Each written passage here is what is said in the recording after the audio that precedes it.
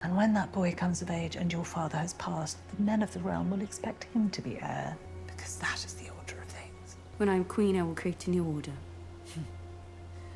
For Princess Rhaenys, this is a lot of her own projection.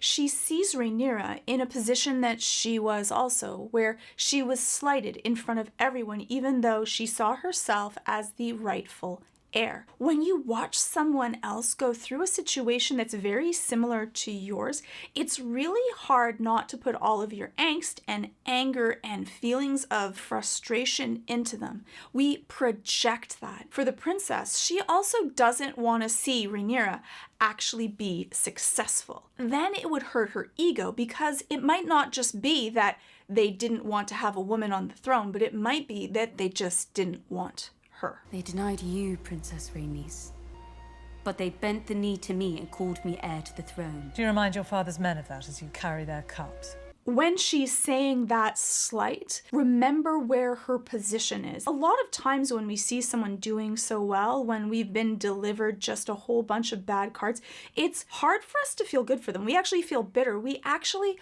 hope for their downfall, because at least if they fall down like us, we're not alone. That feeling of misery liking company is actually true. She's being a little bit insidious by saying, well, be careful, they only see you as the servant that serves them, not as the queen that may be. Here is the hard truth. Men would sooner put the realm to the torch than see a woman ascend the Iron Throne. And your father is no fool. But I think that her telling her this was probably one of the most important scenes for Rhaenyra. This lit the fire underneath her, that, you know what? They're not just going to give her this position. Instead of her looking desolate and upset, she has a plan. I'm getting emotional. Sorry, I can't help it. This set off a fire in her that if they're not going to let her just ascend, she's going to show them why she wouldn't be that easy to be overlooked and not make the same mistakes that the princess did. Are you mad? To choose violence here is to declare war against your king, even if it ends in the death of your unborn child and its mother. And that's the problem with levels of aggression. They escalate. They scaffold one upon the other. You show a little bit of bravado, the other person has to show more force, which then increases that level of force again. And in the end, just like two animals kind of beating the chest at each other, the first one that flinches or backs down loses. And so in this case, this would have probably escalated into a violent altercation.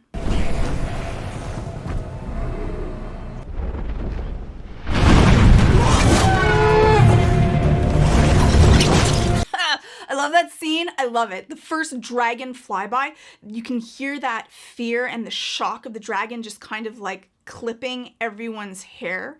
Like, what a way to make an entrance and make sure that she is not to be forgotten or trifled with.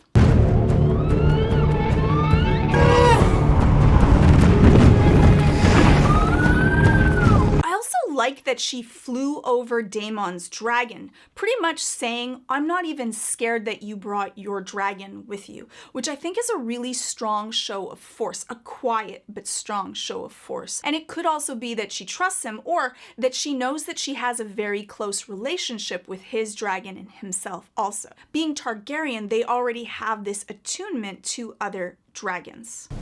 What are you doing here, princess? Preventing bloodshed. Sir Kristen, please escort the princess to safety. Take care not to startle Syrax, my lord. He's rather protective of me. And that quiet scene of him trying to dismiss her again like a child, just like what happened at court. You have dragon riders, father. I only meant that we should at least... Perhaps there's some better use for the princess's talents, Your Grace. With him trying to dismiss her, she's already once been dismissed from court, and she knows that that lowered her standing. Now with the fire of what Rhaenys had said to her, she's gonna make sure that she's not gonna be shoved aside or dismissed in front of Hightower and the guards, because that would immediately undermine her power. Her idea for doing this isn't just to get back the dragon egg, it's to show that she has leadership skills. I like that she didn't use the fact that she's a princess and outranks him, because that would have been hiding behind her father and not show that she can lead and make decisions all on her own. Darira rosso brostas. Kesu ugleisa, luon zombaz mi anuhon isa. Kepus? Ia sila você euro tawo. You can hear there's a difference in the way that Daemon and Rhaenyra still speak to each other, even though this can look to be a very confrontational situation. He knows why she's here, and she's upset at him. I think that one of the pieces is they're both speaking Valyrian, and because of that, it's almost like what they're discussing is private. Very few people know. And a lot of people, even in places of power, if we take away that they're in front of everyone else, that they don't have to show how tough and strong they are, their guard can go down and they can have a proper conversation. So I think it's not just that their relationship is really close, but also that they're speaking, and what is being said is almost like it's in private because of that. It's really interesting to me also is that Daemon doesn't lie to Rhaenyra. Seculat. Razilari tubi. He admits that his new fiancée isn't pregnant. She right away calls him out that the only reason that you took this egg is to upset my father, because you're still upset that you aren't chosen as heir. I'm right here, Uncle. The reason that you were disinherited. If you wish to be restored as heir, you'll need to kill me, so do it. And be done with all this bother. And that's the gutsiest move, that you call someone out on their bluff, but she means it. If this is what he really wants, if he really wants to be heir, that you just have to get rid of her. But when you end up putting all of your cards on the table, such as Rhaenyra does, it ends up putting Daemon in this really horrible position of he has to either give up or he has to kill someone that he definitely has some affinity for, because even as she speaks, you can see the corners of his mouth are kind of in a smile. It also shows a lot of respect, because what really is stopping him from just grabbing her and kind of taking her into the castle and letting the dragons fight and all of the men fight? He doesn't do that out of respect for her. He has a certain amount of care. You can tell from all of this that the real reason that Daemon took the egg, even though his fiancée isn't even pregnant, is to purposely upset his brother, because like a child having a tantrum when they've lost what they hoped for, he doesn't want to be forgotten. He wants his brother to know that he's really upset at him. For Rhaenyra,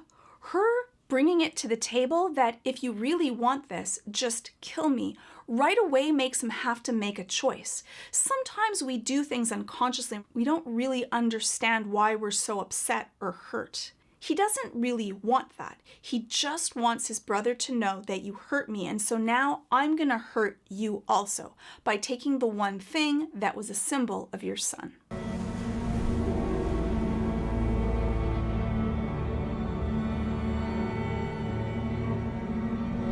That smile kind of gives away that he knows she has him. She's right. And also, if you look at his facial features, he's leaning down. His head is leaning down, and he does those slow blinks. It's kind of interesting because even with animals, slow blinks are signs of trust.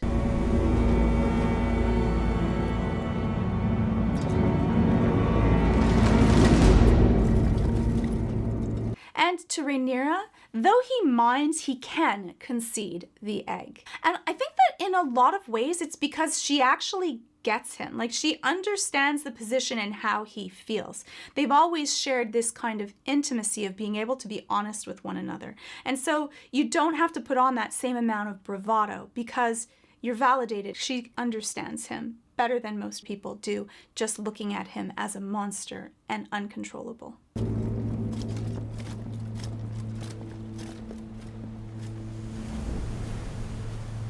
And I love that she has that moment of like, look what I did. I can't believe what I did. That it's something really cool when you start to do things that are beyond your comfort zone and beyond what you think that you could. It really empowers you, because the next time that you are put up to the plate of having to do something that's really difficult, you look back at your past and go, but look what I've done before. This isn't going to defeat me. And that really can push you forward when the next challenge comes your way.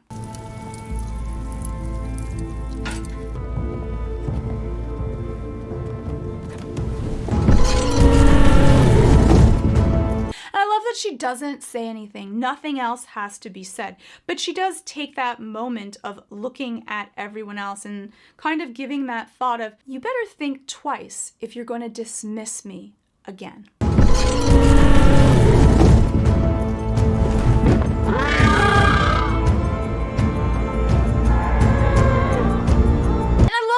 flies off as everyone else has to walk home.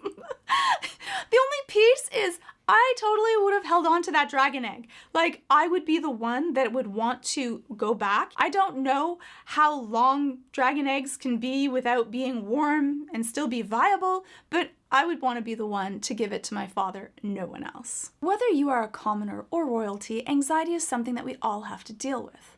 If you want to learn in-depth ways on how to manage it, check out my brand new Nebula class on beating anxiety. It covers what anxiety is and straightforward tools and techniques on how to cope with it, so that you can start living a better life today. There are also brand new Nebula classes from Thomas Frank on Business 101, Legal Eagle on how to sue like a lawyer, Sam from Wendover on persuasive communication, as well as classes on music, writing, animation, travel, and much more, with new classes going live every single week. They're all masterfully produced and available for just $10 a month or $100 a year, and that includes thousands of ad-free, sponsor-free videos that are already on Nebula, and all the new videos coming out every day, including me, and all your other favorite education creators, including originals, exclusives, extended, and bonus videos, only available on Nebula, like my 2-hour Jinx saga from Arcane. And for all of you who've already signed up for Nebula, including through CuriosityStream, it's just $5 a month or $50 a year to upgrade for classes. And right now, if you visit nebula.app/Georgia Dow, you can sign up for the annual plan for only $80 a year. So just hit the button on the screen or the link in the description to sign up and start watching today. So this was my absolute favorite scene. I loved it. Let me know if this was your favorite scene as well. And what do you think about the way that Rhaenyra handled it?